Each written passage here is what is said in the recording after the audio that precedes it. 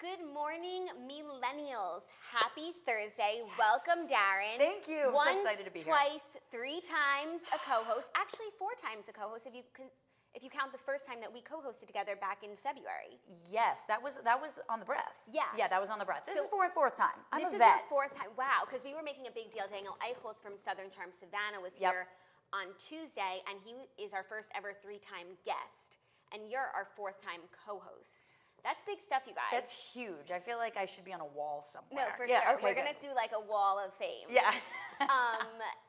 Today, it couldn't be a better day. Yes. Everyone has been waiting for this day, this episode specifically. Mm-hmm. I remember back in February when this all went down, we reported the news that there were rumors that the women of Real Housewives of New York were on a sinking ship literally in Cartagena. And I couldn't wrap my head around like what that would look like. Yeah. And you came on and you told us, like, it's crazy. You said this season's crazy. But after the season before, I was like, how crazy could it be? And I obviously had no fucking clue because this is the best season of a Real Housewives franchise. Wow, you think? 1,000%. The past 3 episodes, like, even if one of the fights of last night's episode, it was just one of them. Like, that would have made for an episode of Beverly Hills. Like, this has been, and you know it's a true testament when it's like, one episode is just one day. It's like they're trying to show us as much as possible, so I feel like we really are getting the full picture and that really so much is happening. And when you have a table of women and like there's a fight at one end, there's a fight at the other end, and then there's Sonia Tinsley kissing in the middle, I just think that qualifies. Like Cartagena is on par with Scary Island. Definitely. I think this is going to go down in infamy. On par with Alison Dubois, Your Husband Will Never Emotionally Fulfill You. While smoking her e-cig, yes, obviously. E6, like, I feel like their stock went down after that episode, but now they're back up with the Jewel. But they had to rebrand because of Alison Dubois. That's fair, because she also looked very bad smoking the e-cig. She wasn't smoking in, like, the cool way you can smoke an e-cig. No, she was smoking in, like, an evil witch sort of way. Yes. And then there's, like, the Dorinda Luann subplot, because it's really Bethany and Carol, but, like, this is also a big friendship. I don't think people realize, like, how much Dorinda was there for Luann. Like when Dorinda was saying that, I was understanding what she was saying, just her message was delivered in a horrible way. Therefore, definitely, all credibility is lost. I mean, Dorinda's been there for everybody, I think, over the years. Like she has that potential to be super warm, but you know, the drinking doesn't help anybody's like sensitivities. No. Yeah. So anyways, we are going to break down all of last night's episode later on in the show so that we can go forever. And we're going to have to talk about, because last time I was on, I said I was Team Carol. Yes. And I got a lot of flack for it, including your shady eyes. Well, so we'll have to digest that. Back when you said that, it was more 50-50 audience-wise. So like, I was curious as to hear your side of the story, but you know, things have changed now. Yes, they have. And I feel vindicated. Okay. And I look forward to hearing your rebuttal. Yes.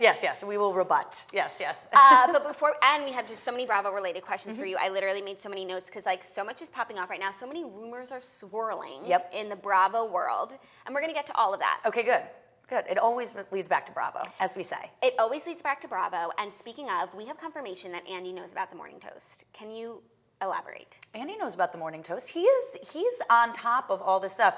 Whenever I guest appear anywhere, like he pays attention. He's like low key knows about it. You know what I mean? You heard it here first. He low key knows about it. And if he's ever like, hey Daryn, like, what's the morning toast? What's the best way for me to understand like what these I'm going to say, come on the show and see. Come on the show and see. Or he can listen to our 45-minute Real Housewives of New York recap from last week where we literally, we were sweating, going in depth about Bethany and Carol, like really trying to get to the bottom of their relationship, and I really feel like that we did. I see you and Claudia just like having blueprints and like notes and stacks of everything you've taken over the years and been like, episode 2, season 1, this happened. Like, totally. We're like, cheater brand, never forgive.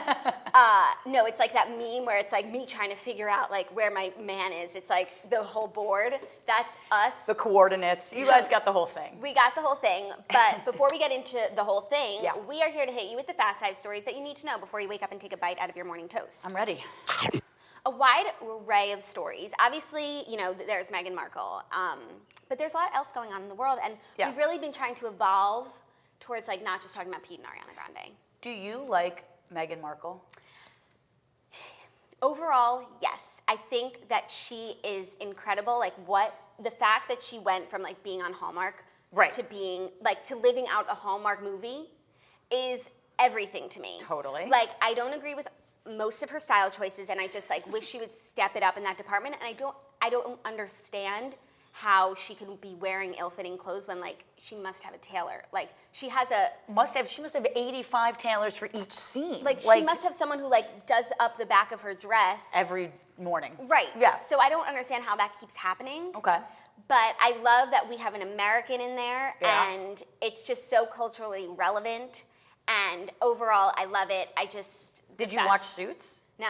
Okay, so you just love her as like the story of her. The story of her, Deal or No Deal, lest we forget. Yes. And I love Hallmark, like Hallmark Christmas movies, the whole shebang. I need Fair. to be in a Hallmark movie. That's like one of my goals in life is to be in a Hallmark movie because I have like such Hallmark face and vibes. You really do, They actually. really like redheads as leads. Like I really think I could do it, except for the fact that I'm a horrible actress. No, that doesn't matter though. And Like, also, but then I also feel like acting is sort of like fake. yeah, it's like your whole life is a rom-com, Jackie. Like Totally. you're gonna be fine. Totally. Yeah. So for the hallmark of it all, I love Meghan Markle. Okay, that's fair. Actually, you know what? That's great because our second story is about her. I'm going to bump it up to number 1. Let's do it. Page 6 is reporting that Meghan Markle is being kept at a distance from the media. A royal correspondent is claiming journalists are allegedly being kept at a distance from the Duchess of Sussex, Meghan Markle, during official engagements so that they can't overhear any remarks that may breach royal protocol. Richard Palmer, a reporter for London's Daily Express who has covered the former Suits star's appearances, made the claim on Twitter Tuesday in a series of tweets. Quote, "Royal road journalists are being kept further away from her than we were before the wedding," he claimed. "That means we can't hear what she is saying. If you can't get direct quotes from members of the royal family, that often makes for dull stories. You go afterwards and ask what she said," Mr. Bloggs said. The Duchess expressed the hope that women would eventually get the same opportunities as men in this profession.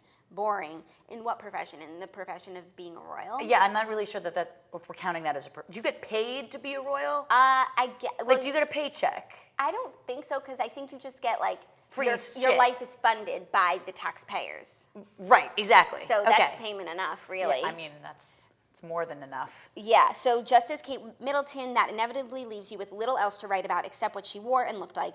These stories have limited shelf life. Okay, I actually understand both sides of this. Like, Yeah, break it, because I don't remember maybe because she's British and so therefore it's like the American in Meghan Markle, where she was like being held from press or like couldn't handle it. I think everyone's kind of scared of how Meghan Markle's gonna like react in public. yeah. I don't know why that is. Is that an American thing? Like, I don't know. I think maybe it's just like when you go from like Deal or No Deal to like the most famous family in the world, like Right. it's a different level of press and attention. fair. So, but I feel like she was born for this. Like she carries herself so well. Yeah. She like always wanted to be famous clearly. So like this is fame at its finest. I mean, she's half black. She's a divorcee. She was like taking pictures as like a 14-year-old girl in front of Buckingham Palace like 15 years ago.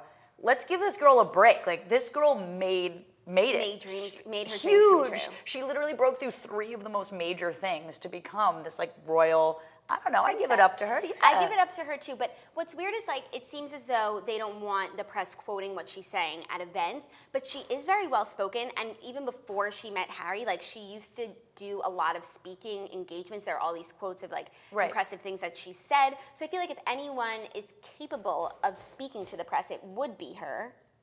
Yeah, as far as I knew, Kate had no formal training. I mean, I don't know how you become, when you marry like a prince, like you must go through some type of media training, but she wasn't.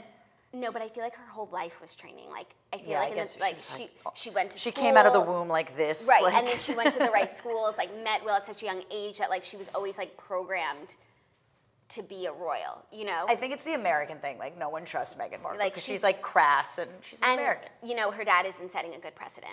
No, that whole family, I just think it started off on the wrong foot. Not necessarily because of her, but just the press swarming it.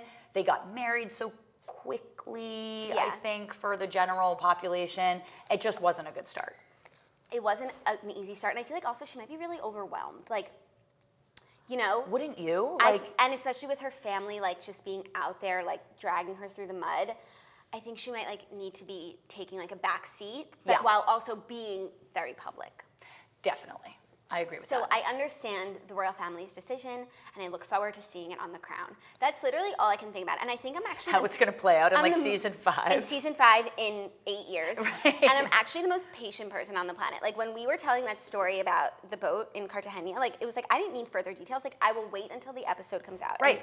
And here we are. Patience You need it is a to virtue. unfold like in a scripted show. Yeah, I get you. And scripted, and it's like Rahoni is the reality of it, Yeah. and The Crown is really based in reality. So once they're ready to tell me, I'm never going to get answers now because it's all happening now. They're not going to let me like see how the sauce is made. Of course But not. eventually, when we're like, Prince George is getting married and his kids are being wild, no one will care what Meghan Markle did in 2018. When she's 95, no one's going to give a shit, and then we'll find out the real truth here. Right, Yeah. and you know what? I am patient and I will wait.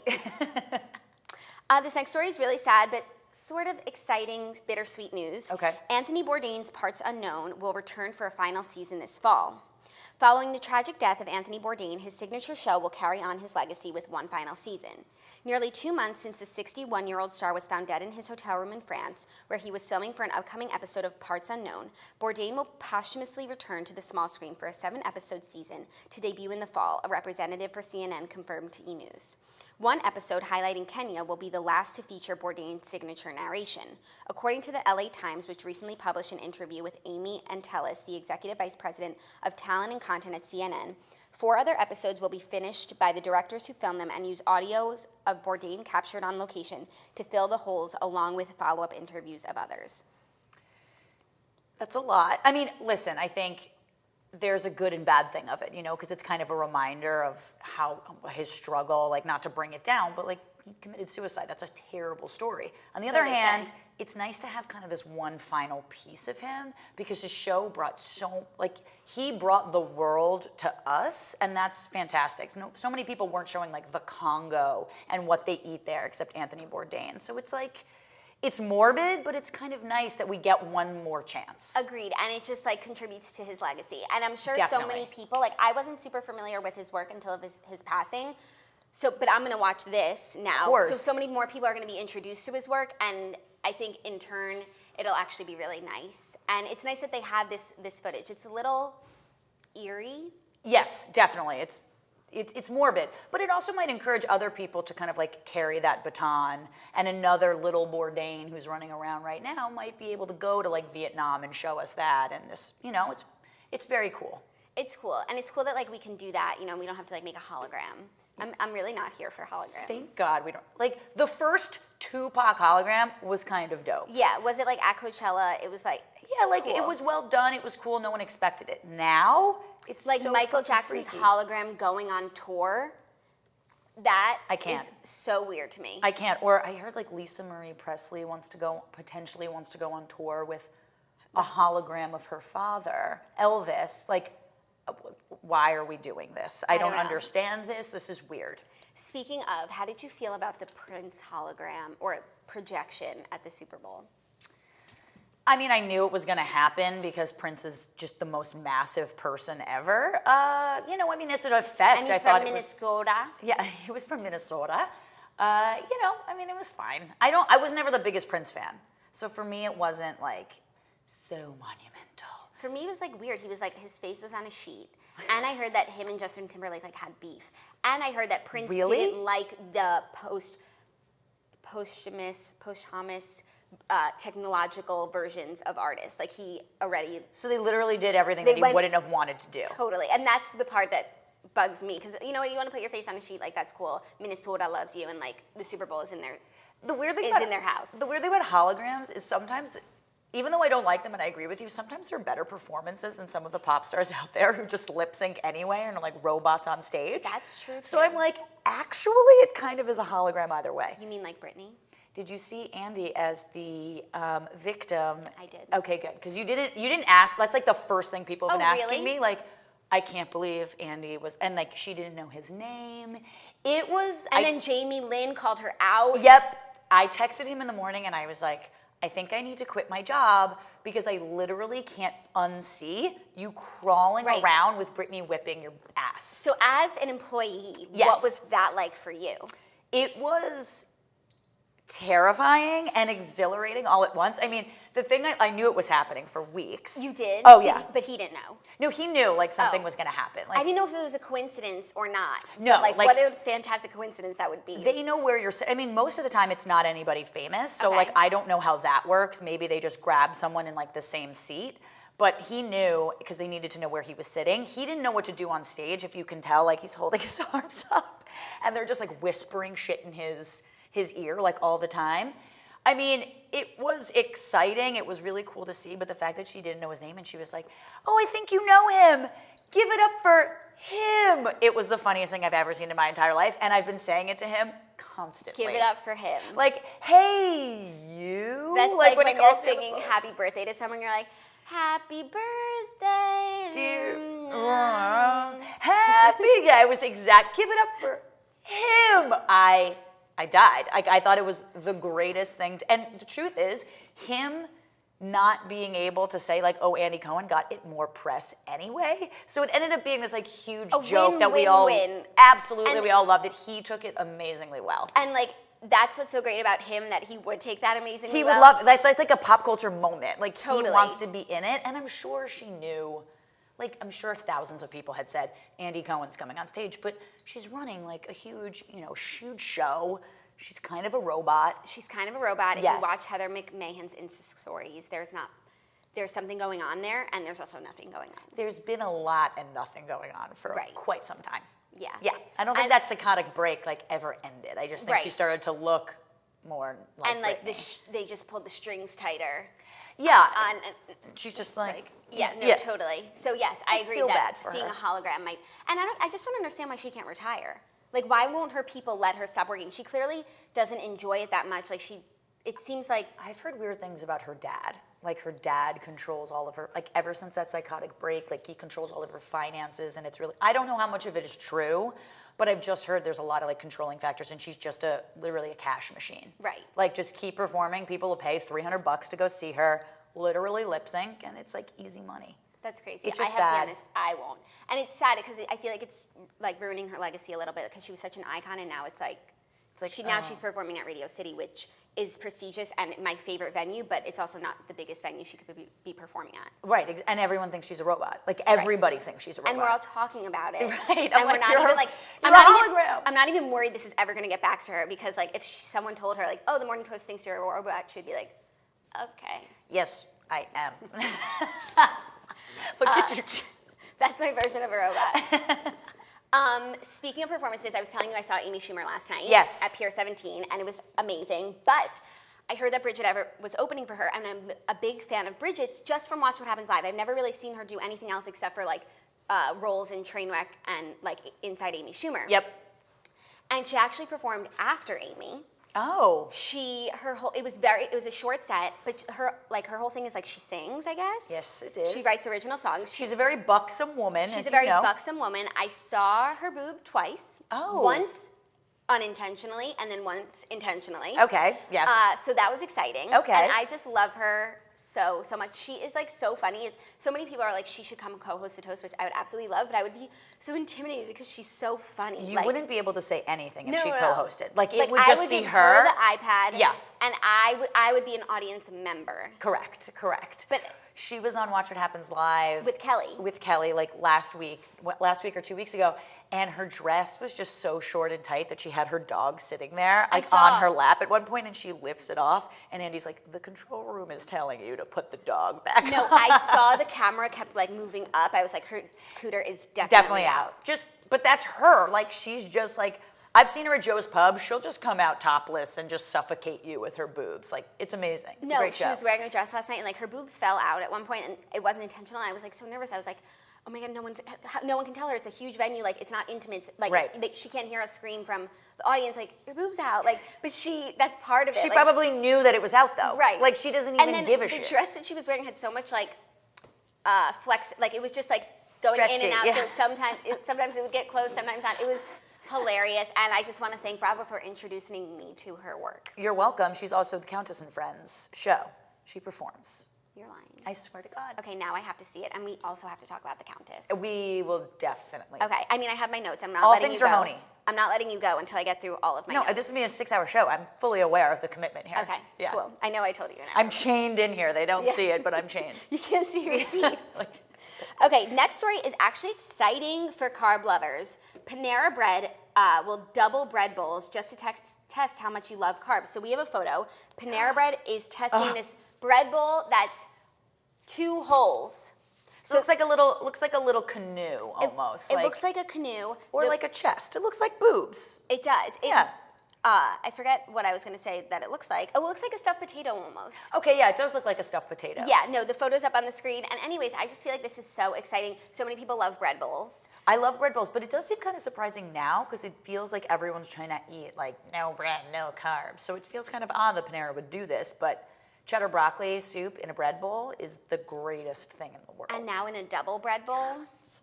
We're going after this. We're going to get a double bread bowl. Oh my God, I'm on like such a strict diet, so. Why? Because I'm getting married. And because like, it's just. What does the diet consist of? Low carb. Okay, well, you're not getting a double bread bowl with me. No, but maybe when I hit my goal weight, then we'll go get double bread bowls. Okay, yeah, like celebrate yourself. Yeah, totally. That's a fun goal. How far are you off from it? Like months. Okay. I know, but you know what? I'm patient, like I said. I know you're patient, but I'm not patient. I want a fucking bread bowl with Jackie O over here. I'll go with you and really test my willpower. And watch me as I eat the bread. And I'll smell it.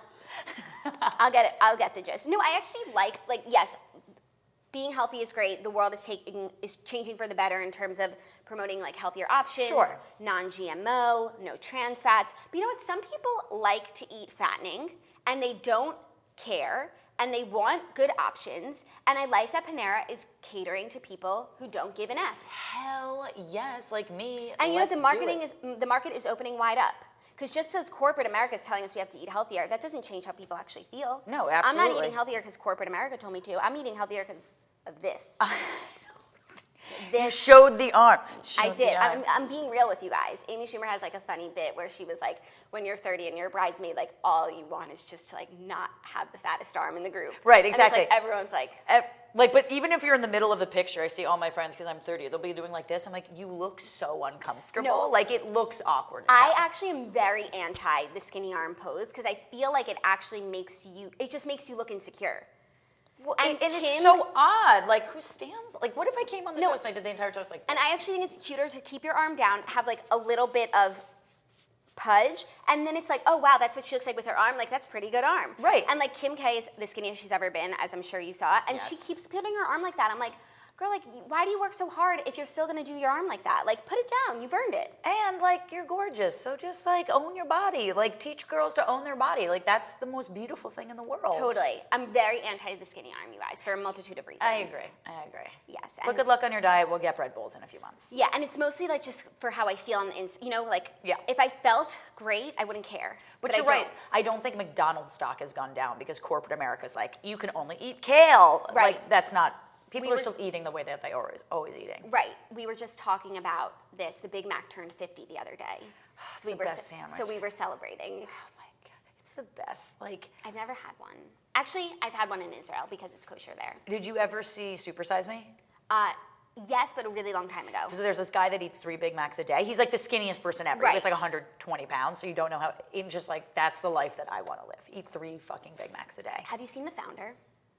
I saw half of it. I didn't finish it. With Michael Keaton, right? Yes, you have to finish it. It's the next Toast movie of the week next week. So. Oh, okay, good. This you gives can me watch time. it with all the toasters. This gives me time.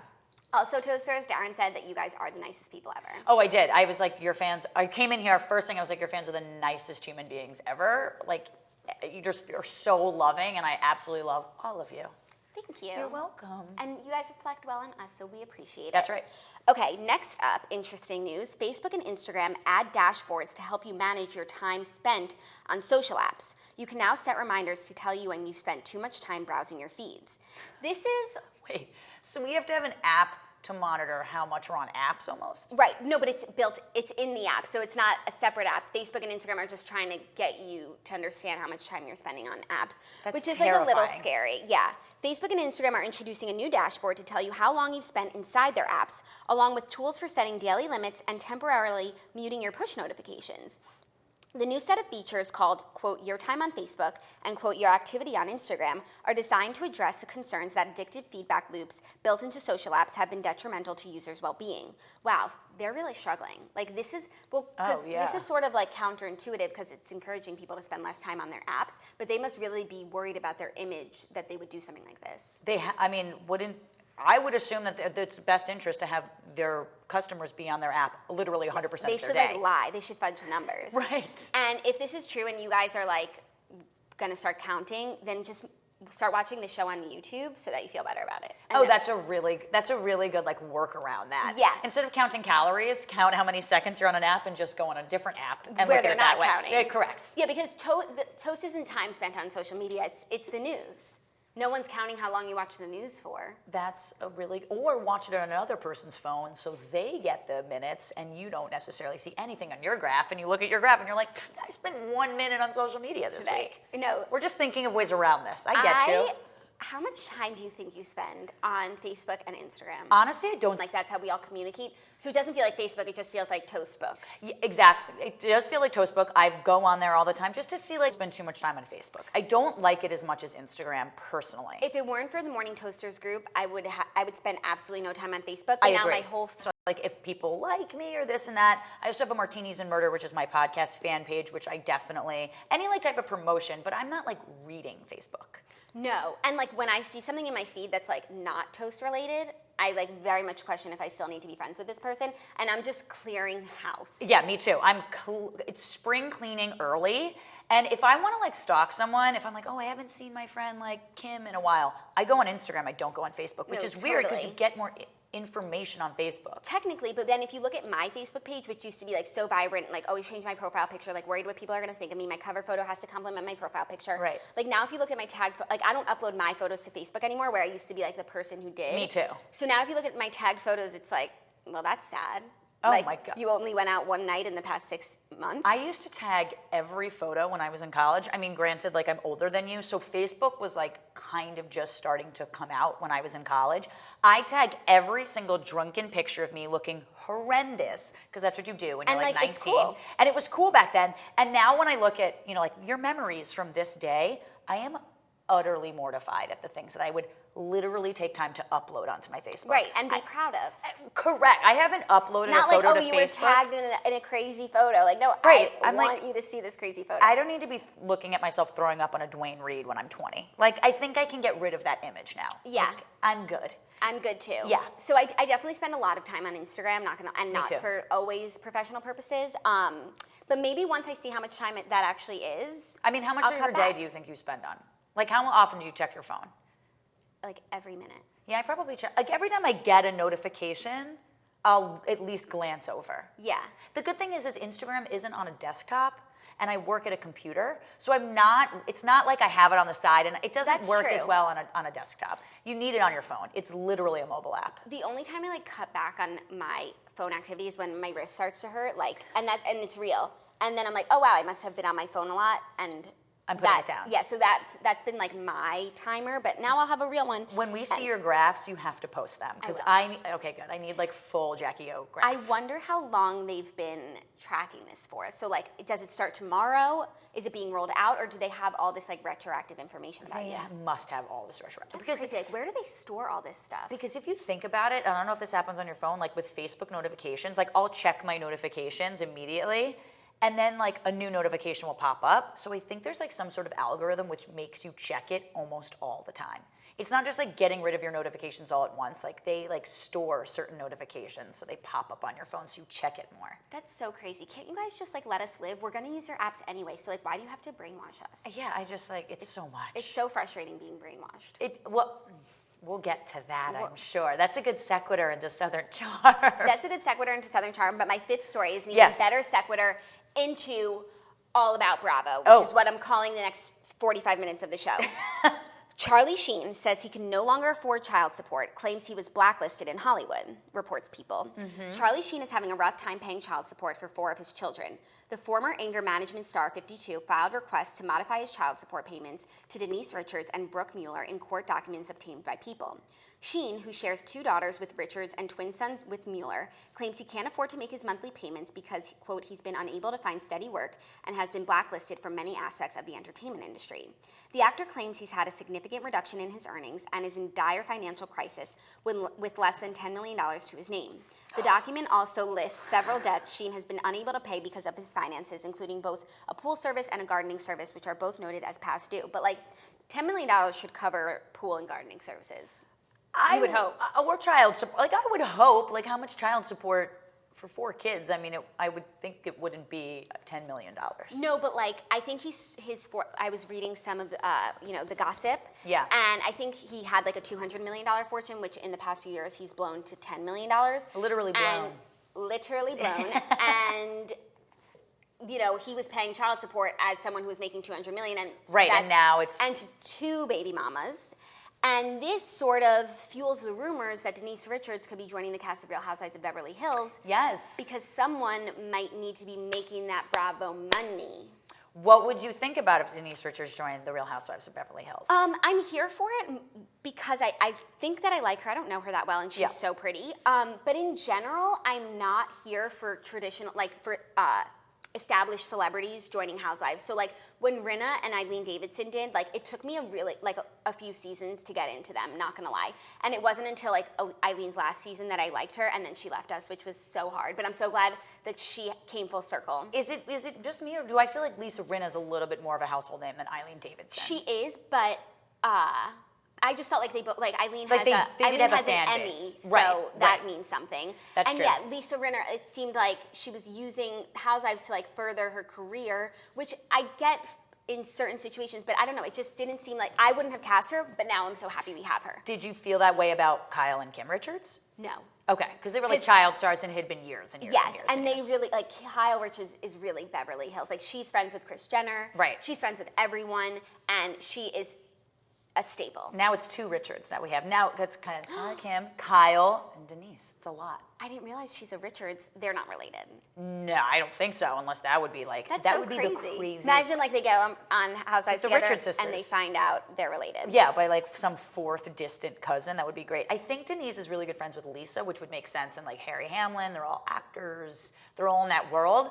So I would kind of think it would be like a good, I don't know, it's nice to see Hollywood come into like the reality television world. I agree with that. It says so much about the reality television world. Yes. And you can't really have the Real Housewives of Beverly Hills without having Hollywood, because you have to. Right. So I can allow it. Yeah. Okay. We're allowing this. We're allowing this. Okay. And I'm sure there will be like a lot of interesting tea around Denise and Charlie and all the drams. Of course. So I'm here for it. Okay. You're gonna watch. I'm always gonna watch. Yeah. You're not gonna not watch. And so like, can you confirm or deny the rumors? Because they're filming now. I can confirm that. How do I want to say this? I think you're going to be very happy with this new season and the cast members on it. I could see Denise being a part of it, if that helps you. I hear you. Okay, yeah, you hear me. And as far as everyone else, Dorit is back, correct? Yes. Teddy's back. Yes. And then the others, of course. Yes. Erica is back, yeah? That I don't know. You guys, I will literally. I need the Steens to like really do their research and figure this out for me. Okay. I need them to. Toasters, you know what we have to do. We didn't even know Toasters that are this on was it. a possibility, because now it'll be solved in a minute. We'll have any crime solved by dinner time. It'll be fucking lunch. What are you talking about? By 12 o'clock, the Toasters will Right, let me know what my executives are doing. I know that. I love Erica so much, but I think I would understand the decision. I love her, but it is a little bit like the whole ice cold thing. It is hard to get to know her, and you really do need that moment in reality TV to like open up to somebody and like get that inner. I mean, yeah, like she's gotten better over the years, but she is still pretty like ice cold. Yes, but I understand her like not letting everyone in all at once, but I wish she just needs to like understand that she like has to. Right. She's Erica Jane. Right. But you're still on Real Housewives, and it revolves around the relationships of women, right? And you have to have a relationship with them. But like the way that like her, Eileen, and Lisa, like they are squad goals. Even her relationship with Kyle, like when they went to Greece together, like that was so fun and so cute. But yeah, it's hard for her to get to that point. But the relationship between her and Dorit was like the friendship I never knew that I needed. I know, and I want to be friends with Erica Jane. I even want to be friends with Dorit sometimes. I'm there for it. Did I tell you that we love Dorit now? Yeah, wait, what changed though? So season 1 could not stand. Yeah. Season 2, what changed? I'm really not sure, but like I just found her to be like not. I understood her side more. Yes, she opens her mouth, but she was. Oh, this is what it was. I think she was really like the only one this season who was like really keeping it very interesting. Right. And the only one who was willing to put her foot in her mouth, because Lisa Rinna has taken a back seat, and I totally get it. And I also love, what's the word? The word, anyway, I love a peaceful Lisa Rinna. Oh, you like a non-confrontation, not stirring the pot Lisa Rinna. I do, where she's like, right. Because I can see she's like so happy. yeah, she's and happy. she really is very successful, and her husband is very successful, so she doesn't need to be like clawing to make drama Right. happen. She's a household name. She is. So I think she's earned the right to sit back a little bit. Fair. And I heard her say on a radio or something that like Kyle and Lisa get paid the most. Lisa Vanderpump get paid the most, and they don't ever get into it and like into the drama really, or Right. get scrappy. And so she's not going to either. Why should she be like, dragging herself through the mud? Why should she debase herself if the others aren't either? She's right, on the and they're getting paid more. Right, exactly. They're on the same playing field. Do you watch OC? Yes. Have you been liking it? I have been. I didn't get to recap OC this week, so that's perfect. Okay. I've been liking it, and Because that's been my new thing. This is my first season that I've watched like wholeheartedly. I'm like 8 episodes in. Oh, wow. I never really paid attention to OC before the season. And wait, you're caught up, right? I'm caught up. Okay, I'm caught up. so like watching like Tamra break her foot, like I was sitting there just laughing my ass off. No, same. And I have a few different thoughts about OC. First of all, I really feel the women know that last season was so bad, and they're taking. They're trying this year. They're You trying. can tell. They're taking 15 shots. They're like, let's get fucked up and see what happens. We don't care. I was kind of bummed that Tamra, when she hurt her foot, it was like hilarious. Yeah. But now it's going to be like annoying and a big deal, and like she's almost like she needs like surgery or something. Like that's annoying because it was just a one night out thing. Like Right, exactly. The consequences like weren't worth the crime, and now we have to like watch her go through. And her foot Eddie's stuff. going through that heart thing, so I'm Right. like, oh my god, this is just. But And I like that Shannon and Tamara are like back with Vicky. They're all like friends again. Oh, you don't like Shannon, or you don't like Vicky? I don't like Vicky. I love Shannon. I love Which Shannon. is crazy because for a long time when everyone like else liked her when she was friends with Vicky, well, I've never really been so big on Vicky, but I've understood why she's around. Right. She's like the matriarch of Bravo, though. Right. And it would take a lot for her to go. Like even if she has a bad season, and if she had the season another housewife did, like they would go, but she's a staple, and I get it. Right.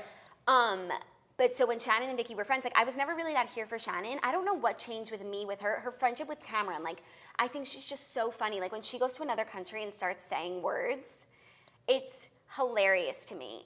Even on the ropes course, when Vicky, like when Shannon was And she stepping on started Vicky's crying. hand, and she's like, I didn't know. And they're like, it's a ropes course. Like I did that ropes course when I was 7 years old, and No. these women are like 50 and freaking out.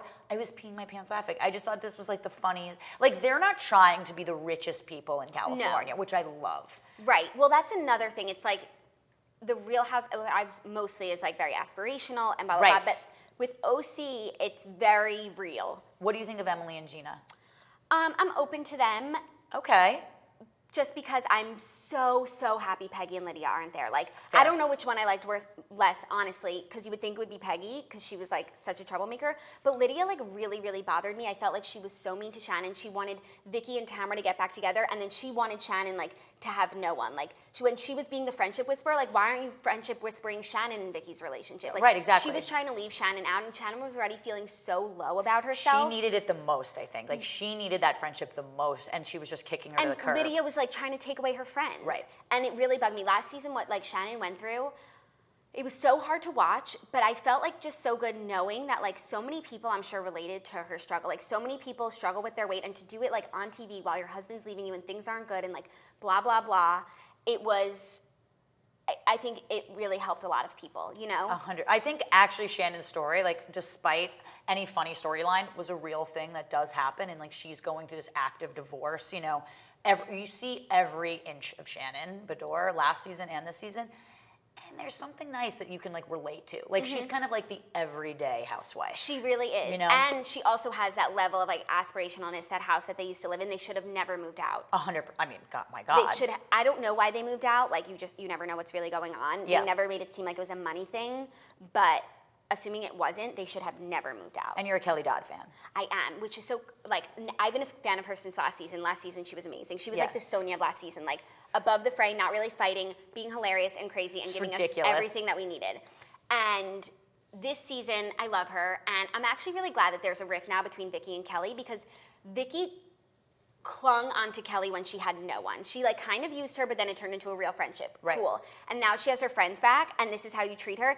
And Kelly is the only one like who would ever go so below. Like she definitely knows things about Vicky that we need to know. Oh. So if anyone's ever going to tell them to us, it's going to be Kelly, and I'm so here for it. I'm here for Kelly, Tamara, Shannon.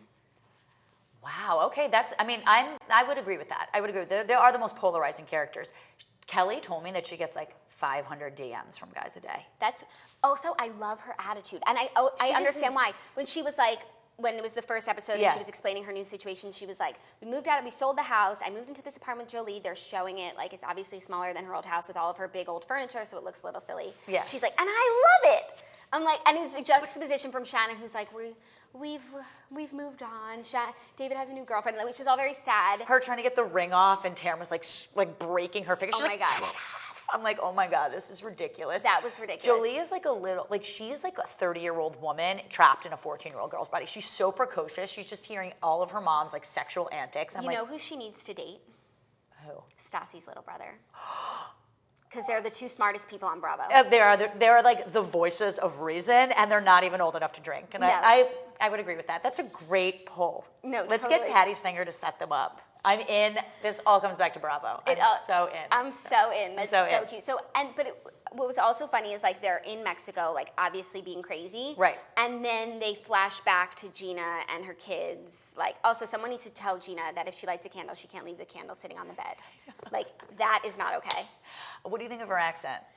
As someone who's from Long Island, Right. I think it's funny, and I'm here for it. I just hope she doesn't like rely on her Long Islandness too much, because that's not a thing. And it's in her tagline, so it's like, okay, yeah, we get it. We Like get she's it. always like the novelty act, like say coffee.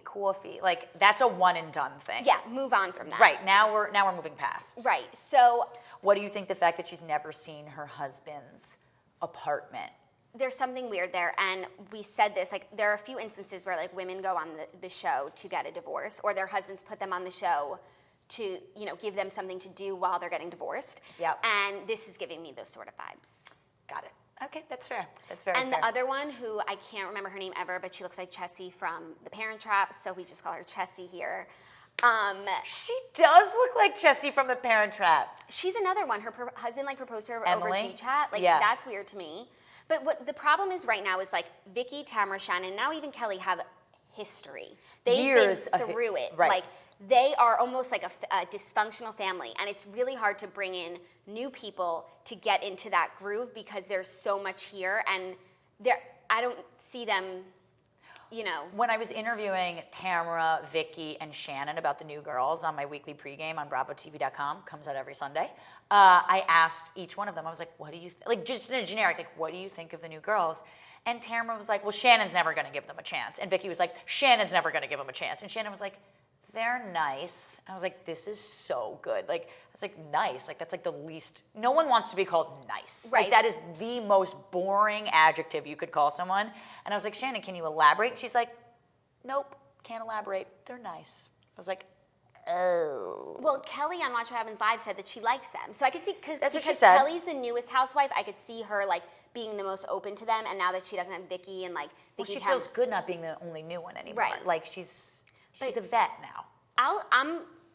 I'm open to seeing how this season goes and how these new girls can integrate into the group. But if it doesn't work out, may I suggest bringing back some of the OGs? And I would like to nominate Alexis Bellino. Okay, everyone loves Alexis Bellino. I loved her even when she was on the show. It's like, yeah, she's crazy, but like she's like a character, and it's good television. It's great like, television. Maybe you don't want to be her best friend, sure, or like you can't relate to why she's doing the things that she does, but like But I people want to still watch talk it. about her. I know. Like years later, we're still talking about Alexis Bellino. And it's like if it ever gets really, really bad, you could bring back Gretchen, but that would just give her way too much pleasure. Yeah, I mean, if we And the brought fact her- that she's still not married, even though she proposed to Slade, which is still the weirdest thing I've ever seen on TV, because it was like an act of desperation to stay on the show and not invite her castmates.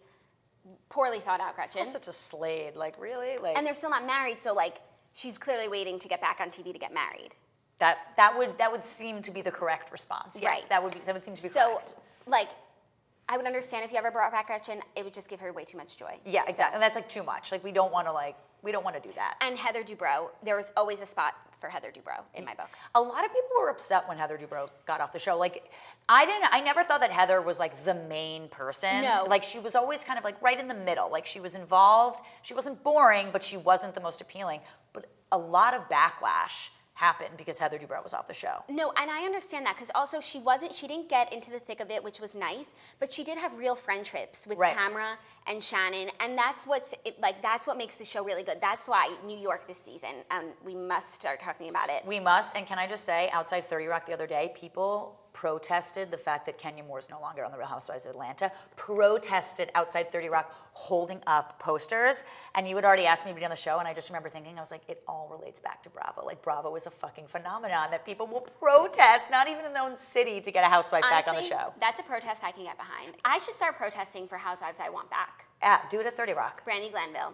Speaking of Housewives that are coming back, Yes. Jill Zarin. Do you want her to come back? If there was ever a time for her to come back, it would be now because Yes. Bobby's gone. Bobby's gone. Her and Bethany Bethany. are good. And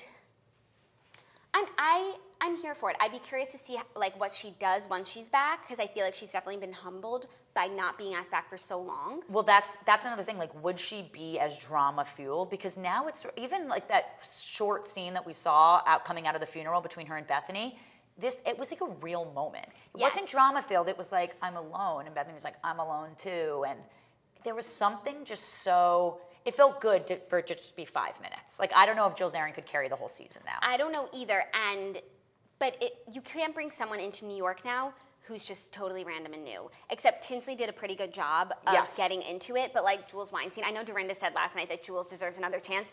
Don't you ever put her back. That's fair. Although I did like her She might have reunion been- look my favorite reunion. She might have been one of the worst housewives of all time. Well, the only thing that she really contributed was like the Asian Jewishness, because it was like Oh, no. everything She had to do ma- with like being Asian and being Jewish. She like was one of those people who gave like Jews like made me embarrassed. Like Yeah. when she was talking about her Judaism, it's like Jews don't act like that. Jews don't talk about being Jewish all the time. Right, it just happens to be something that Jewish people are, not like the Right. first thing they are. Unless she's an Orthodox Jew and Right. she's preparing kosher meals and waiting to separate between eating milk and meat, I can understand why her whole life might be revolved around Judaism. But if you're just a Jew, reform. Right, like yeah, we live in New York Please- City. Like please stop everyone, talking about everyone is a Reformed Jew here. Like, Right. We live in New York City.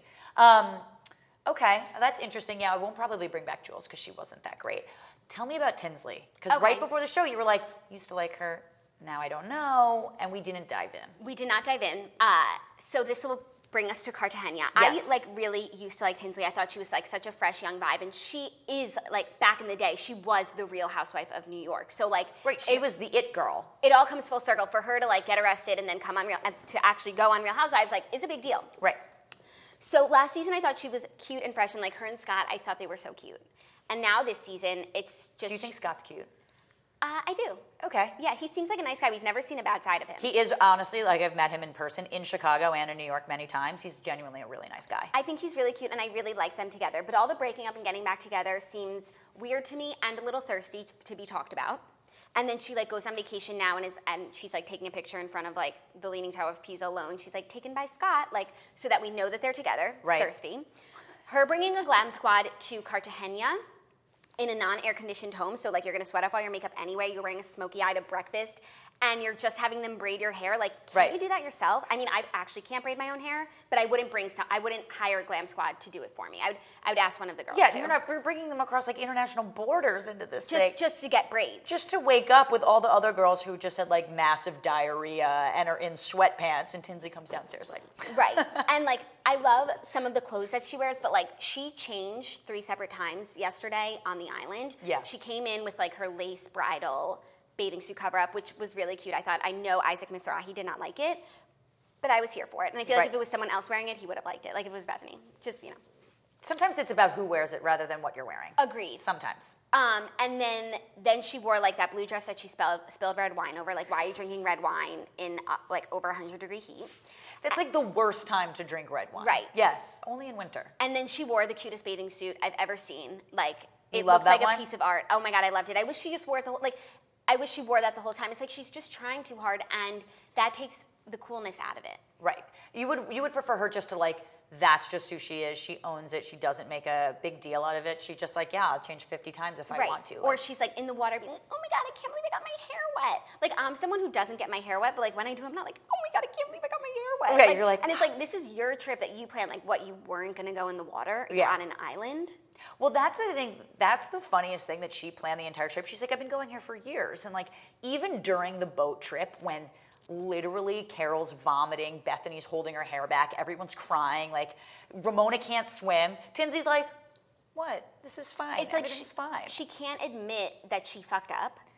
Or And that the it's trip, fucked up. And that the trip is treacherous. And it was like, yes, the boat was horrible, but there were a lot of other elements to the trip that were very treacherous, like everyone getting sick.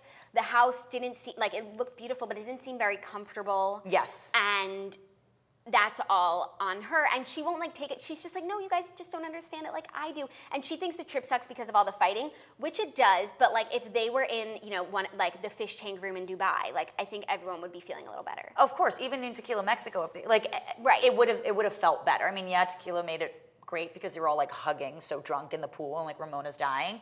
But like, it wasn't just the fighting, and the fighting kind of made it anyway. Right, the fighting made it like a trip for the books, which now she can take credit for. She should be grateful for the fighting, or else no one would be talking about her trip. What did you think about Bethany like holding Carol's hair back when she's vomiting? Because that is something that like only a good friend would do, not your sworn enemy this entire season. Totally, and that makes sense to me. That reminds me, like sometimes you have a falling out with a friend, and it's like you're no longer friends, but there are things that might happen in life, like a death or something, where it's like, this is bigger than us. Jill, Zarin, Bethany. Exactly. Right. We might die on a boat. You're throwing up. I got you. Right. Like, this could be the last time we see each other. I'm going to hold your fucking hair back. Totally. Yeah. And that's like the human thing to do. And if Bethany like wasn't helpful, or I mean, I guess we wouldn't even know if she didn't hold her hair back, because it would have been like, why wasn't her hair was pulled back, so she didn't really need someone. Yeah. So we wouldn't even be talking about it, but it just was like a really nice gesture in what you thought might be a dying moment. Yeah, I actually thought it was really sweet. Like, I actually felt like this was the olive branch under extenuating circumstances that was going to bring them back together, and they just kind of be like, you know what, fuck all the history we've had. What's weird about them is I still don't really know why they don't like each other. And we talked about this last time when I said I was Team Carol and you said you were Team Bethany, but there really wasn't this one instance of like Carol betrayed Bethany or Bethany betrayed Carol. Like, it was just over this course of time when we weren't filming that all of a sudden they're not friends. Well, Claudia and I have a theory that we really got into last week about one of the reasons why this might have happened. And it's like Bethany was really like the main person in the friendship, and Carol was sort of her sidekick, which was fine, and it worked for them for a long time, but to bump herself up to main person. And it's like that just changed the dynamics of their friendship, because no one told Bethany that, and nothing happened that would bump Carol up. She just decided. Like, between Bethany and Jill, we were saying, like, Jill was the main person, Bethany was the sidekick, and then Bethany's stock really rose. Yep. And then it got competitive, and Jill didn't want that sort of friendship with Bethany, so therefore the friendship ended. But Carol just decided her stock was up, and no, Bethany without it. One, Carol got her own sidekick with Tinsley, and she was Yes. like, I don't need to be someone else's sidekick. And two, like, Carol like just decided she didn't want to be a sidekick anymore and was just Actually being up. right. And so Bethany didn't see the stock rise, and Carol didn't tell her that she was rising it, Right. that she was inflating. So it changed the power dynamics of the friendship, causing a rift. And then so Carol's not gonna like do sidekick things, like text her all the time. Totally. And then Bethany's like, why don't you answer my text? Like, things have changed, and Bethany literally has no clue why, but it's just a mentality change of Carol's that she can't say. Like, you can't say I'm a sidekick and I don't want to be one anymore. They definitely go at it at the reunion. Okay, we need to talk about the reunion. Because I thought too, after the boat episode, they were on good terms on the island. Yep. After the boat episode, that's the sort of thing that brings people together. Maybe we can move forward. They're never going to be best friends again. It's like an ex-boyfriend. Like, they've seen you naked, they know everything about you. You're not just going to You can't erase that. Right. But they could be acquaintances and coworkers for sure. Totally. And I could need be to cordial. know what Yeah. happened at the reunion, because Carol is no longer a housewife. Carol is no longer a housewife. Luann wasn't there. She went to go get help. So she couldn't. We addressed the Luann thing. Bethany is sort of her advocate when they're there, because Bethany had been hanging out with Luann like the weekend before and had seen it all kind of go down. So Bethany was really sort of speaking on behalf of Luann. So they're real friends now. They're real friends. I think the interesting thing about this season is like Sonia and Bethany, because Sonia was kind of Bethany's sidekick this whole time. Even though Sonia has her own presence, No. she was a sidekick. And like, friendship, I never, like, that friendship is everything to me. And I said, like, Sonia has been an amazing friend to Bethany this season, like, Yeah. through and through. And if Bethany ever utters a mean word about Sonia again or like turns on her, I will not forgive her. Like, wow. So like if it's Team Sonia or Team Bethany, you're Team Sonia. it depends on what it's about. But like when Bethany was like so like Bethany has been really mean to Sonia a few times in the past, and like it was kind of unnecessary and just like too aggressive. And if that happens again, I will really be upset with Bethany because Sonia really got her through this trip and like through this season, I feel like. I agree. I mean, I think ever since that like tipsy girl fight that went down, I think it was like last season or 2 seasons ago, there was always a little bit of like, they knew who each other was. Like she'd be like, okay, Sonia's kind of crazy, and Sonia'd be like, Bethany's a bitch. But then this season, it just felt like they only had each other. Right. And Luann kind of played both sides because before that Dorinda fight, Luann was kind of friends with everybody. Like, everyone missed her when she was away. Everyone like supported her. Like, seems like Luann and Dorinda were like best friends. They like, were super close. Like when Luann got divorced, like she sat with Dorinda and filmed. Like when after the rehab, like she calls Dorinda. Like, of course. And so for Dorinda to turn on her, like that was wild. Oh, and you'll see, I don't think you saw it yet, like Dorinda helps her with her cabaret show and gets her all these Giovanni dresses. Like, it's nice. Oh, we like, saw the dresses. Yeah, okay, so you see her like really Dorinda support the was group. a great friend to Luann. Yes. And I think the problem was, friends can have drunken fights and like, that's fine. I think first of all that Luann was sober and remembers truly everything. Dorinda doesn't remember the scale of what she said. And like Dorinda said things that like she can't take back. Right. And to Luann, it felt like things that she was thinking but never said, but because she's drunk, she said them. Yes. Whereas Luann, all she was accused of was maybe being judgmental, which is subjective. But if someone's attacking you about like a mugshot, like you're gonna be defensive. Right. I mean, I don't think Dorinda actually thinks those things. I just think when you're drunk, it's really easy to insult someone who's going through a really sensitive time. I don't think that she wishes any ill will on Luann. I don't think so. No, I don't think so like, either. At all. I think Dorinda really just wants to be liked and loved and thought of as like the sweetest person ever. Well, then she can't like drink like she does. I agree. It's just unfortunate. Some people drink and they just go to the dark side, and then other people drink and they're Sonia and they're the life of they're the straw that stirs the drink. Absolutely. What's interesting was like the Sonia Ramona dynamic this year, which we didn't see a lot of. Right. Like Ramona was really on like with Dorinda more, even with Carol, more Tinsley, like she was screaming at Bethany, even though Bethany, Sonia, and Ramona all sit on the same side of the couch. Bethany, Sonia, and Ramona. Well, the sides of the couch were all fucked up because Luann's not there. Yes, and I think Ramona got into like a car accident, and so part of her face was scratched or something, so she switched sides too in order to like have a better side. Okay, so the couch I'm not gonna take with like so much weight because yeah, don't take it with so much weight. Because when we saw it, it really didn't make sense. And Carol is sitting next to Andy. Bethany and Carol flank Andy, That's so Andy is just like that's the most important part. He just volleyballs. Yes. So like, what happens at the reunion? A lot goes down. There's a lot of different. I think everyone sort of goes after Bethany in their own sort of way.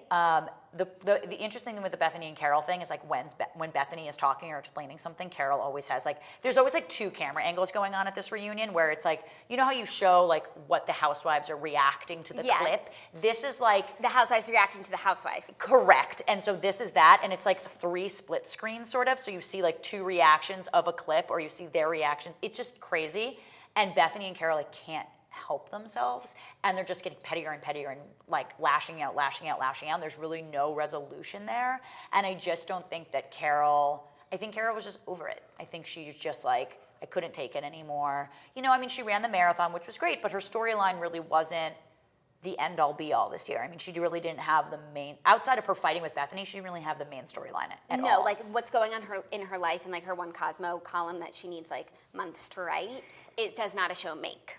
Okay, so you're not Team Carol still. Not Team Carol still. Oh yeah, if anything, I've just been like getting further and further away from Team Carol. Bethany just like broke my heart in Cartagena. And it's like, she does have so much going on in her life, and she seems to be the only one who's understanding like the severity of her fight with Carol. Like she treated Carol like a best friend, probably told her everything, and like knowing Carol doesn't like her anymore, has all of this information about her. She already feels so vulnerable just in life. Totally.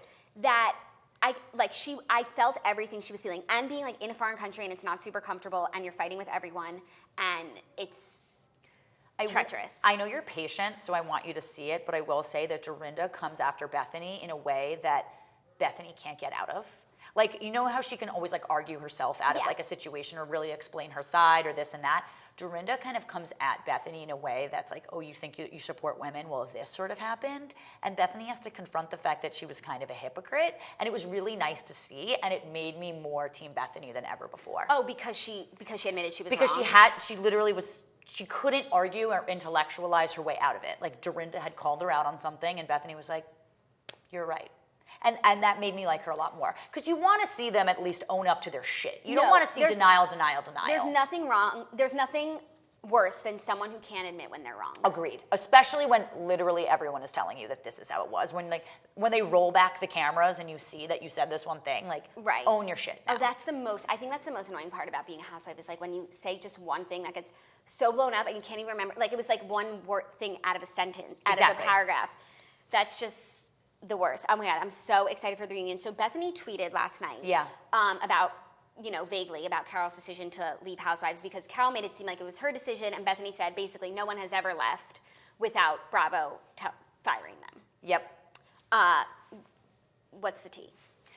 I think it was a mutual decision, honestly. I think Carol was just kind of ready to move on personally. I think that I don't want to say like she gave up as a housewife, but you have to give something in order to be on a reality show. You have to be able to be willing to show every single aspect of your life. Like when Ramona wouldn't talk about Mario, Andy was like, why did you sign up for the show if you weren't going to fucking talk about your goddamn divorce? Like you have to be able to talk about that stuff. And Carol was really shutting herself more inward. And I think it was just a mutual decision. But her statement, did you read her statement? Yes. And at the end of it, when she was like, next, I was like, wow, this is the best way to like sign off of a Real Housewives. Like, this is so funny. And I think Bethany won the battle. Let's put it that way. For sure. I think Bethany, maybe she won the war. Oh, I think she won the war. Like, I think all season, like, Carol was winning the battles, and that's why people were like Team Carol and Watch What Happens Live and stuff. But Bethany is winning the war. It was, as I said to you before, it was nice to see someone combat Bethany with equal intellect. Like, it is. No, but the way that Carol argues, it was so frustrating listening to them argue because it's like, Bethany will say something about how she feels. Yeah. And Carol will just take one nugget of that and say how that's not true. Right. When it's like, first of all, we don't even know whether or not that's true, and you're ignoring the larger point here. Agreed. And they weren't really like, they were sort of just talking at each other, not with each other at all. And they were arguing about like timelines of text. And you're like, who the fuck cares about a timeline of text? Like, I'm telling you, you didn't respond to this. Also, Bravo, give us the screenshots. Like, I know that you have them. Oh, right. And like just, we see slide that all the over, time. you can see the like, fucking like time. Meghan King Admins and Kelly Dodd, like your husband. Right, we see the receipts. Like, show us the receipts, Bravo. Right. Receipts show us exist. the receipts. I think it was just a mutual decision, and I think Bethany really, I don't want to say bullied, but I think that Bethany like showed her cards, and I don't think Carol could handle it necessarily. That's so interesting. I thought Carol was stronger than that, honestly. I did too. I was actually kind of surprised that she was leaving. I thought she had one more season in her. Yeah. I thought one more. You never leave at the height of the fight. Right, because then you once either the dust has settled and either you increase it or you can resolve it in some really big way next season. And then you this is just done. Like, this was the final straw. Like, I don't see them being friends. I see them being cordial, but I don't see them being friends ever again. Me neither. Too much has happened. Yes. We heard a rumor that Carol actually came for Andy at the reunion. She had her moments with Andy for sure. In fact, he had his moments with all of them pretty much except Sonia and Tinsley.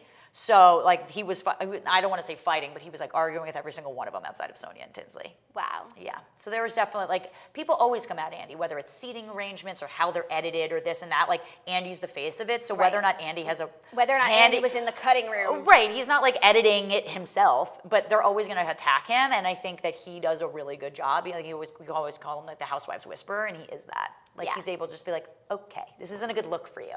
Yes. Settle down. Yeah. So we need to talk about the boat because so many people were like, they have no footage, it's going to be anticlimactic, and I really did not think that it was. I thought we got the gist. Sonia yelling at Tinsley before it even got really bad, being like, we're on a plane with one propeller, like, I felt that in my soul. Like, that would have been me. I'm the most, like, wary, especially of boats. The fact that they didn't have life jackets was so unacceptable. And Ramona can't swim. Like, and Ramona can't swim. Ramona can't, and that's what she's screaming. Like, she's by herself screaming, I can't swim. I mean, and the fact that if the anchor hadn't been, cut, they would have capsized. Yeah. It was genuinely scary. Like, it wasn't, like, this wasn't doctored footage of, like, the guy going like this. I mean, we couldn't film half of it because it was genuinely unsafe to do that. And so even though a lot of people thought that we weren't going to get a lot of footage, the audience saw as much footage as we could safely show. Right. And I felt good about the amount of footage that was shown, and especially knowing that they're all fine and then how it ends. Like, I got the point. I saw enough seasickness. Right. I would have been throwing up hardcore. Like, and Tinsley saying that's every afternoon in Cartagena. Is that part true? Yeah, well, that is true. She definitely, I mean, I've never been to Cartagena, so I don't know. I wasn't on a boat. But the fact that Tinsley was just in so denial about how terrible it was, like of all the Housewives trips ever, this was by far probably the worst one we've ever seen in terms of just like safety and diarrhea and like grossness. I just like that they kept flashing back to the paella that they all ate, and like Bethany and Tinsley were like, oh, I'm not, and they're the only ones who didn't end up with like full blown diarrhea. Like Bethany woke up like completely refreshed the next day. Oh my God, I can't believe Luann shat the bed. Oh, they all, like there's poop Have you smears, ever been like sick to that point that you can't make it to the bathroom? I mean, at least I've never been that, not that I can remember, crazy. not in Poop my on adult the life. floor? Like that's crazy. Sonia has to like own her poop smear. She's like, that's not mine. I know what mine look like. I'm like, how do you know what your poop smear looks like, Sonia? How does poop smear on the floor? They're not like 2 years old. Like, I don't these know. are like grown women. Also, Tinsley really owes the group an apology, and I would be mad at her. Not even, it's not her fault that like the ship sank, but like the fact that she can't take accountability and be like, wow, I'm really sorry I put you guys in that position. Totally. And that it was scary. And when we were talking about when Sonia was like, you don't get it, Tinsley, I have a daughter. And Tinsley was like, so do I have a dog. And we were like, that's not the same thing. And we were talking about it. Dogs are children, animals are children in a way. But not the same thing. Right. And like, I am a dog aunt, and I love Theo like more than I can explain. And if I were on a sinking ship, like, I don't know that I would like be like, Theo. I don't know if I would feel as like scared as someone who has like children back home.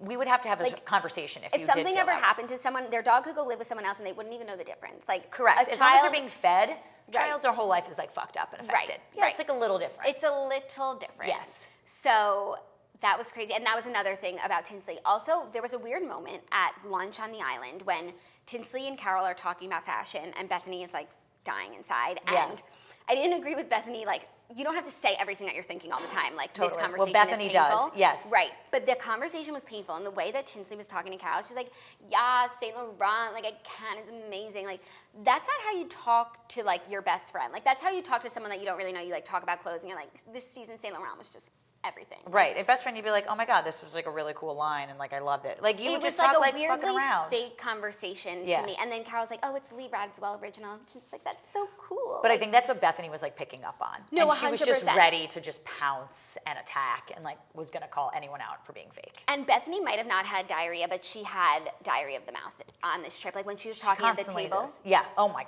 She constantly has diarrhea of the mouth. Weird. She can't let it go. For someone who sometimes like doesn't open up. Yeah. She has word vomit, like emotional word vomit. And absolutely. It's like, 'cause I understand now why she doesn't start sometimes, because she can't stop.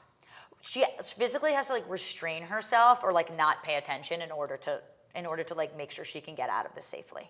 Right. Yes. So people are asking, what level of planning does Bravo have in these trips? Like, Tinsley planned the trip. Yeah. What does that actually mean?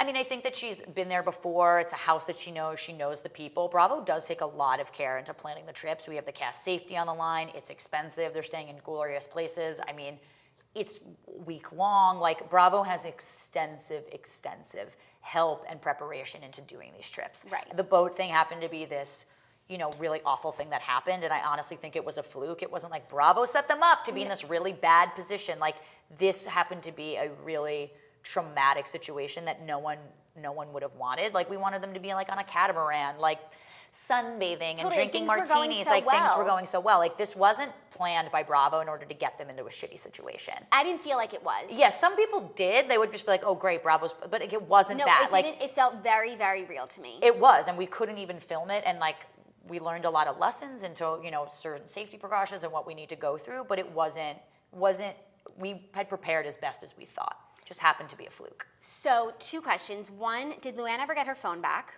that she left on the island? The producer said they would go back for it. I doubt that happened. I don't know if she got it back. I doubt she got it back.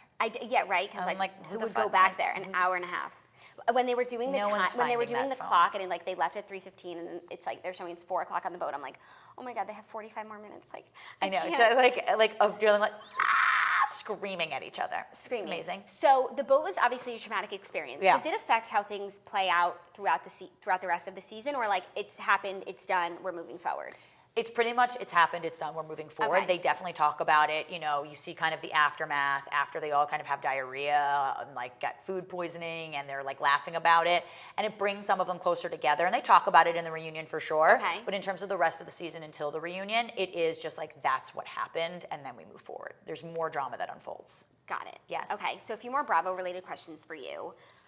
We talked about Luann being in rehab a little bit. Yep. There was also news that she was using her children's inheritance to fund her life. Yes, because I think Victoria came out saying that. Yeah, and like her kids are like suing her. Yes, because she's blowing through like the entire inheritance of like the lifestyle that she was living. I'm not sure about that other than that's what happened. Right. I don't know about Luann's like spending account, but like It doesn't that, seem like she spends that much. some things require a lot of money. Ooh.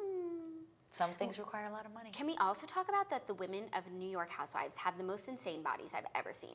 I mean, Like watching them all in bathing suits was like they look like they're incredible. 25. I can't even decide who has the best, or there's no one I even know. there who like, they just look so good and With the healthy and seat. fit, like especially Luann, like No, they're like Sonia, toned and they look good. They're hot. Yeah, they're hot. They're really hot. And I would say Tamara's probably like the hottest in terms of body as a housewife. Oh, I mean her lying naked on the floor. As a lesbian, I was fully in. Not like you seeing Bridget Everett's boobs. I'm sure that No, really converted that's- you. That was yeah. the moment. But for me, like every single woman on the New York City Housewives has the bang body. Like it's incredible. It's crazy. It's incredible. Good for them. Yes. Like I feel like they're just their goals. Yes, they're very much so goals. Okay, and now a few more Bravo related questions. First Okay, of all, good. like I have this dream, and I just want you to let me know if like I should keep dreaming or like Okay. that Lala Kent will end up on the Real Housewives of Beverly Hills. That would be an amazing crossover. I think she'd have to be married first Okay. to her boyfriend. Has anyone like any whisperings? No whisperings. I mean, that would be really curious because she's so much younger than all of them, and like Lisa knows how to like talk back to her. Oh, that's true. Which I think That's would an be kind of dynamic. interesting. And like if Erica Jane is out, Lala is a young Erica She'd Jane. be like a good replacement for her. Okay, keep dreaming. I want you to keep that I dream just alive. want to put that out there. Keep that dream alive. Okay, and now we just need to talk about Southern Charm reunion. Okay. Catherine tweeted something last night. Someone tweeted at her that she should be the next Bachelorette for The Bachelorette. Oh my and she God. said, I may or may not be in talks. Have you heard anything about this? No, I haven't, but I'm immediately going after this to text the showrunner of the show, who's my best friend, and she's like Catherine's best friend, and I'm going to ask her. Okay. I will let you know immediately. Okay. I will like and literally will tell you you. and you'll tell me and I so- will literally do an Insta story and I'll text you and I'll be like, it's confirmed, it's denied, and I will do an Insta story and tell you. I will Because she text would you right be now. a great Bachelorette, and she needs 25 men that she can assess. And as I said last time, Catherine really turned around this whole season, and she's really someone to look up to. And I'm like dead serious about that. Like she's she in changed her Forbes. whole life. Like she's in Forbes, but like she's the mother that we all wanted Catherine to be, and wasn't. And now it's like Ashley's taken the crazy role. Right. So what's going on? Are Ashley and Thomas going to be on next season? I don't know because of all the rumors about T-Rav. I think they're still in talks about what's going to happen. You know, like there were so many like sexual assault cases that came out against him. If proven true, there's just no way that they would be on. Right, because he would be in the Slammer. He'd be in the Slammer, and I don't think anyone wants to watch like a fucking like No. sexual assault abuser guy. But it did frustrate me that he wasn't at the reunion because he needed to be like held accountable, not even for all of the allegations against him because he will have his day in actual court. Yeah. But for all of the things that he did to Catherine and how he like polluted the minds of everyone in the group and bringing Ashley into the group and how Ashley treated Catherine, like I just felt like he never had to. He never had to own up to any of his shit. And, No, and Ashley's like sort of taken that role for him. Right, and it's like Ashley is not a worthy adversary. No, not at all. And she's become 'Cause his she's- like little shield. That shit. Yeah. But Thomas, I want him to like have to explain and answer. And have 100%. one reunion where he goes through a modicum of what Catherine went through on reunions. I just want Andy to just like call him out for every little thing. Yeah. Yeah, that would be great. That would be great. And I hope that one day that we get that. I'm literally going to ask my best friend Morgan, who runs the show right now, as soon as we get off and I pee. That's what I'm going to be doing. Oh my God, amazing. Yeah, I'm gonna text you. Keep us posted. Thank you so much for joining us. Are you kidding? Thank you guys so much for having me. Toasters, you're my favorite fans of all time. Thank you for coming over to Team Bethany. Yeah, you've converted me. Feel And- vindicated. And I understand like how it might have taken you a while. Carol is cool and she's cool as a cucumber, but she's a little too cool now. Well, we're gonna see who replaces her this year. How many more episodes do we have before the reunion? The boat one was just the other day, so probably like 3 or 4. Okay. Yeah, you're gonna see the cabaret, Countess and Friends, which is great. There's a lot to go down, and the reunion I think will probably be like 3 parts. Wow. I just watched the first part the other day. And? It's great. It's amazing. And you're patient. We're patient. And I'm patient. She's patient. Can't wait. Yes. Thank you guys so much for tuning in. We are back tomorrow with Snitch on the Toast. She'll be co-hosting with me, and then we have guest Naskia Liukin, so we'll be taking all of your questions. Isn't that so crazy? Like, she's so talented. Yeah, and, that's like, amazing. We're just like hacks over here, Oh my but God. it's cool. Thank you guys. Have a great Thank you. day. Thank you, Daryn. Where can everyone follow you? At Carpe Daryn, watch weekly pregame on Sundays, and my podcast Martinis and Murder. Woo! Woo!